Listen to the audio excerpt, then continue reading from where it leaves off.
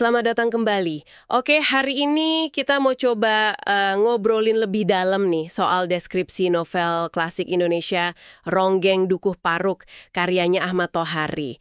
Ini sumbernya dari gramedia.com ya yang Anda bagikan.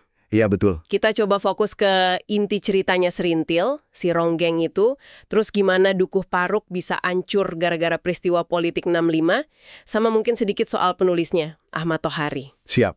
Kita pengen ngerti gitu, kenapa sih cerita ini kayaknya penting banget nempel terus di ingatan orang, padahal kan sempat disensor lama ya, sampai 22 tahun gitu. Iya, lama banget itu.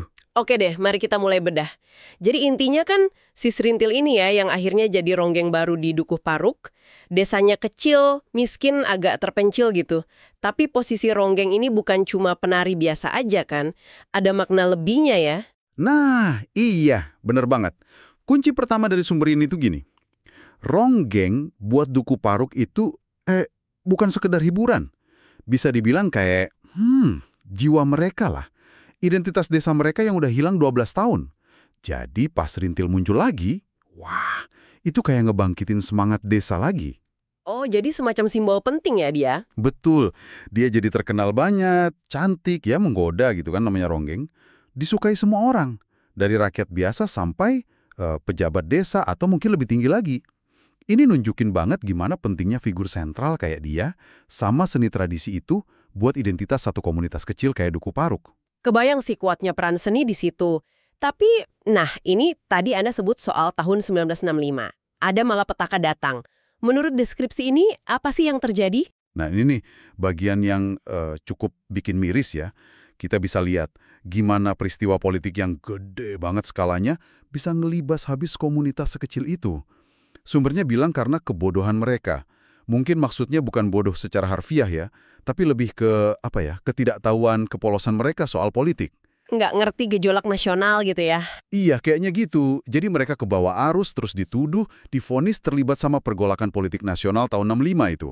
Akibatnya, wah parah banget. Gimana itu? Dukuhnya dibakar habis. Terus si Serintil sama penabuh calungnya, itu loh alat musik bambu pengiringnya, ikut ditahan semua. Ya ampun, kasihan banget ya orang-orang kecil yang mungkin nggak paham apa-apa jadi korban gitu aja. Terus nasib Serintil sendiri gimana di tengah kekacauan itu? Sumbernya nyebut ada detail yang agak ironis ya soal perlakuan ke dia di penjara. Bener, ada catatan yang menarik sekaligus ironis. Katanya Serintil ini nggak diperlakukan semena-mena. Kenapa? Ya karena kecantikannya itu. Wah. Tapi justru pengalaman pahit jadi tahanan politik ini yang bikin dia sadar. Sadar soal harkatnya sebagai manusia.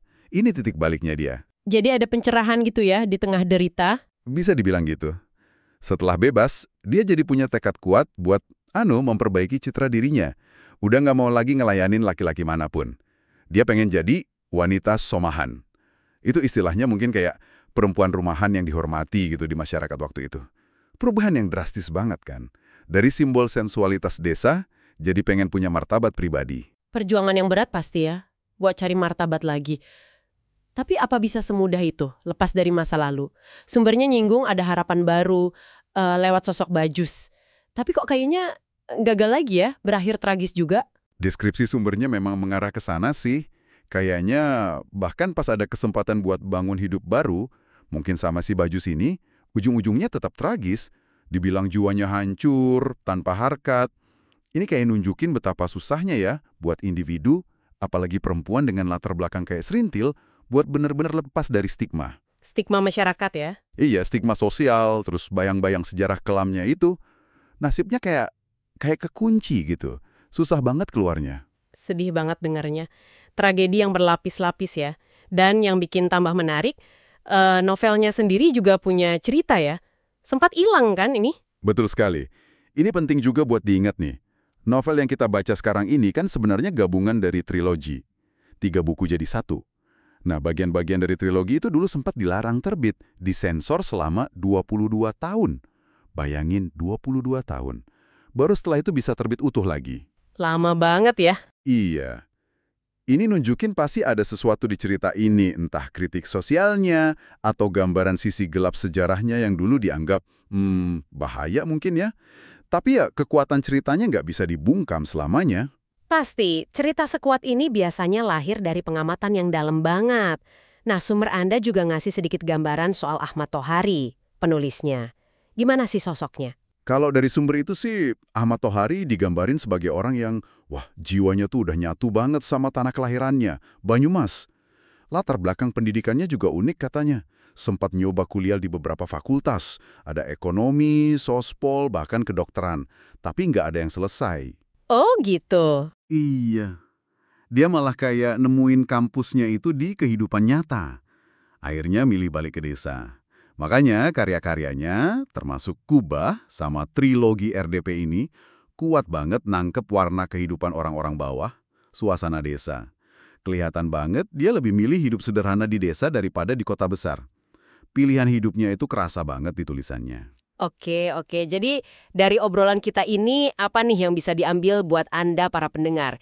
Kita lihat kisah tragis Rintil dan Dukuh Paruk itu bukan cuma cerita sedih biasa ya, tapi juga cerminan gimana sejarah yang besar bisa ngelindes nasib orang kecil. Tapi di sisi lain, ini juga soal perjuangan terus-menerus buat cari martabat, cari identitas diri. Ditambah lagi, cerita di balik novelnya itu sendiri, yang disensor, terus muncul lagi, itu bukti kekuatan sastra ya. Ya, betul. Kalau kita coba tarik benang merahnya lebih jauh lagi, mungkin ini bisa jadi bahan renungan buat Anda semua. Gimana sih sebuah karya fiksi yang latarnya cuma desa terpencil di Banyumas bisa jadi saksi sejarah yang sebegitu kuatnya? Tapi sekaligus, dia juga jadi korban dari sejarah itu sendiri kan? Dan gimana pengalaman Srintil, walau fiksi, bisa nyuarain isu kemanusiaan yang universal banget. Soal martabat, ketidakadilan, pencarian makna hidup, yang mungkin masih relevan banget buat kita renungkan hari ini. Pertanyaan yang bagus banget buat dibawa pulang dan dipikirin. Oke deh, terima kasih banyak sudah menyimak perbincangan kita kali ini. Sampai jumpa di lain kesempatan.